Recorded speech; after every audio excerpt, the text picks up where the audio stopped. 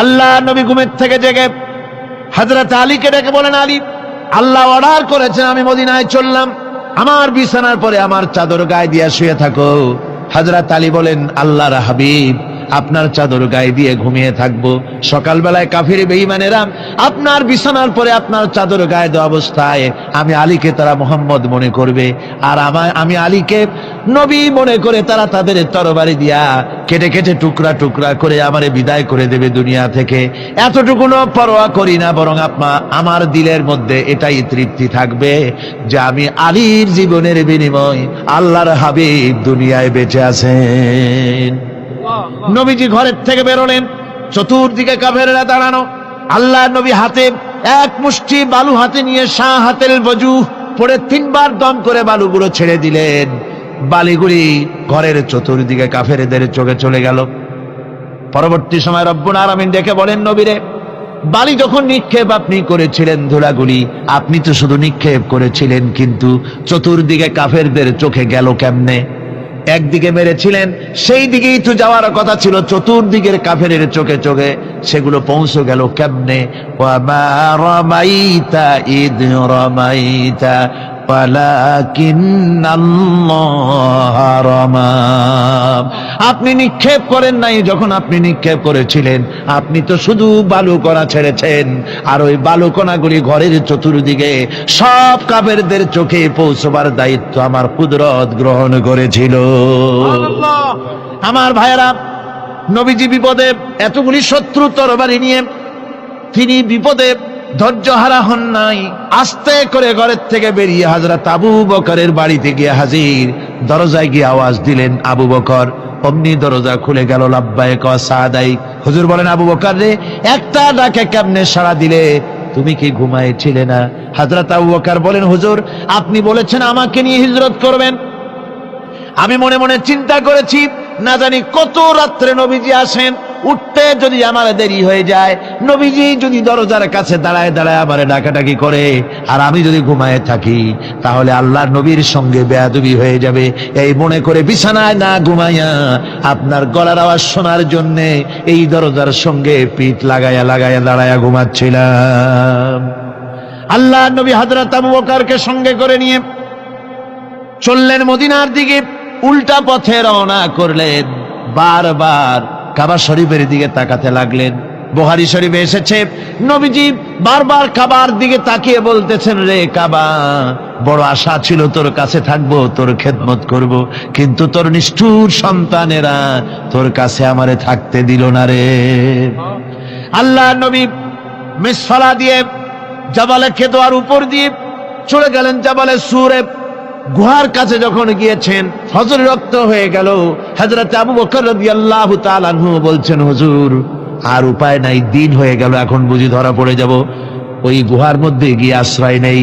তবে আপনি দাঁড়ান, গুহার ভিতরেই পাহাড়িয়া গুহা, বিচ্ছু থাকতে পারে, সাপ থাকতে পারে, আমি আগে ঢুকি, যদি কোনো হিংস্র প্রাণী থাকে আমার উপর দিয়ে আঘাত হয়ে যাক, আল্লাহর নবী হেফাজতে থাকুক।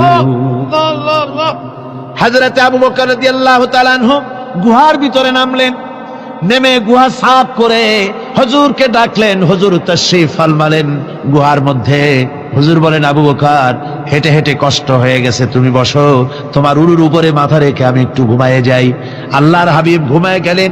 হযরত আবু বকর লক্ষ্য করে দেখেন চতুর্দিকে অনেকগুলি গর্ত দেখা যায়। এই গর্ত থেকে সাপ আসতে পারে, বিচ্ছু আসতে পারে মনে করে নিজের গায়ের চাদর ছিঁড়ে ছিঁড়ে গর্তগুলি বন্ধ করা শুরু করে দিলেন। কয়েকটা গর্ত বন্ধ করার মতো চাদর আর নাই, পাও দিয়ে চেপে ধরলেন। এক পাহাড়িয়া বিষধর সাপ বেরোবার জন্য চেষ্টা করে বেরোবার পথ খুঁজে নেই পেয়ে হযরত আবু বকরের পায়ের উপরে দংশন করেছে। বিষের যন্ত্রণায় হযরত আবু বকরের চোখ থেকে পানি দরদর করে পড়ছে। রাসূলুল্লাহর ঘুম ভেঙে গেল।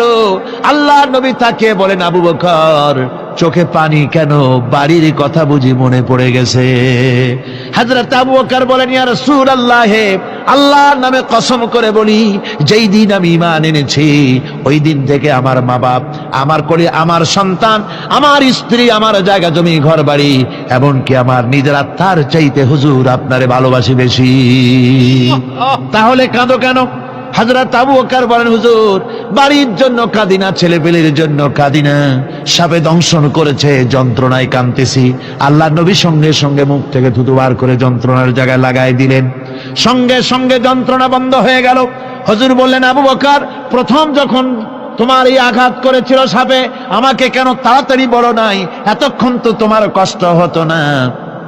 হযরত আবু বকর বলেন, ইয়া রাসূলুল্লাহ, ওটা তো সাপে কাটার যন্ত্রণা, ওই যন্ত্রণায় আমার রক্ত জ্বলতেছে, যন্ত্রণায় আমার কলেজাটা যদি ফেটেও যেত।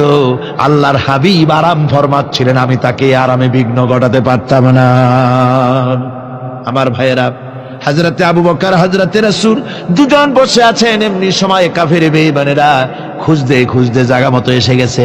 একজনে বলে ভিতরে আছে, আর একজনে বলে নাই।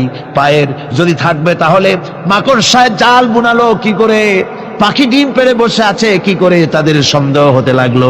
এর মধ্যে না একজন বলে আছে আর একজন বলে নাই। হযরত আবু বকর ভয়ের চোটে কেঁদে ফেলেছেন, হুজুর আর উপায় নাই। এই যে অবস্থা, এই অবস্থার ভিতরে, এই অবস্থার ভেতরেও আল্লাহ নবী এতটুকু ঘাবড়ে যান নাই।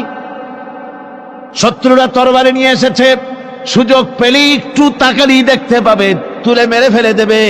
আল্লাহর হাবিব মোটেই ধৈর্য হারালেন না, এতটুকুন হতাশ হলেন না। আল্লাহ পাকের হাবিব তার সাথীকে কি বললেন? তখন কোরআনে কারীম সূরা তাওবার মধ্যে আল্লাহ তা উদ্ধৃত করেছেন মুমিনদের জন্য, ইযহুমা ফিল গার ইয ইয়াকুলু লিসাহিবিহি লা তাহজান ইন্নাল্লাহা মা'ানা। ও আমার সাথী, ও বন্ধু, ভয় করো না, চিন্তা করো না, আমরা মাইনরিটি নই, আমরাই মেজরিটি।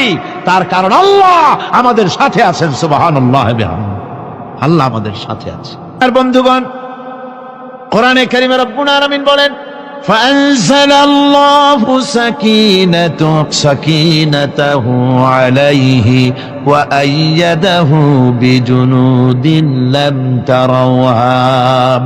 আল্লাহ পাক তার মনের মধ্যে গভীর প্রশান্তি এবং স্বস্তি দান করলেন, আর এমন সৈন্য দিয়ে সাহায্য করলেন যে সৈন্যদেরকে তোমরা দেখতে পাও না।